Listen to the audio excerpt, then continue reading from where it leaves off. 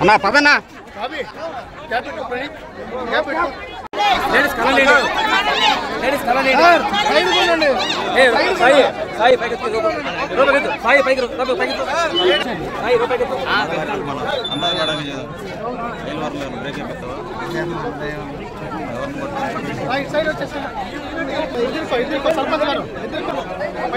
ఈరోజు నారా చంద్రబాబు నాయుడు గారి సతీమణి నారా భువనేశ్వరి గారు నిజం గెలవాలి కార్యక్రమం ద్వారా చంద్రబాబు నాయుడు గారి అక్రమ అరెస్టు సందర్భంగా దిగులతో హఠాన్మరణం చెందినటువంటి కుటుంబాల పరామర్శ ఇటీవల జరుగుతూ ఉంది.